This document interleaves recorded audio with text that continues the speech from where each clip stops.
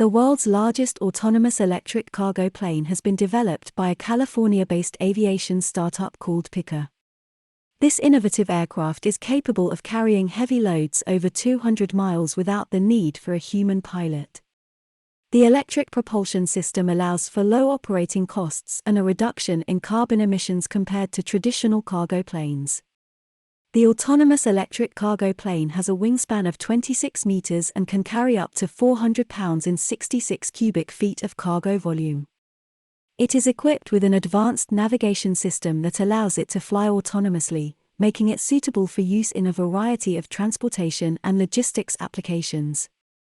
This plane represents a significant step forward in the development of sustainable aviation.